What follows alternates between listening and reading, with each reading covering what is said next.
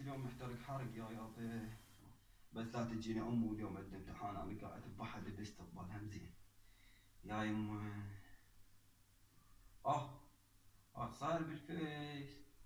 بس لا هكر صفحتي. انا اخوك تتم. يما ما تقوم تقرا سدك نايم للظهر. صدق كذب.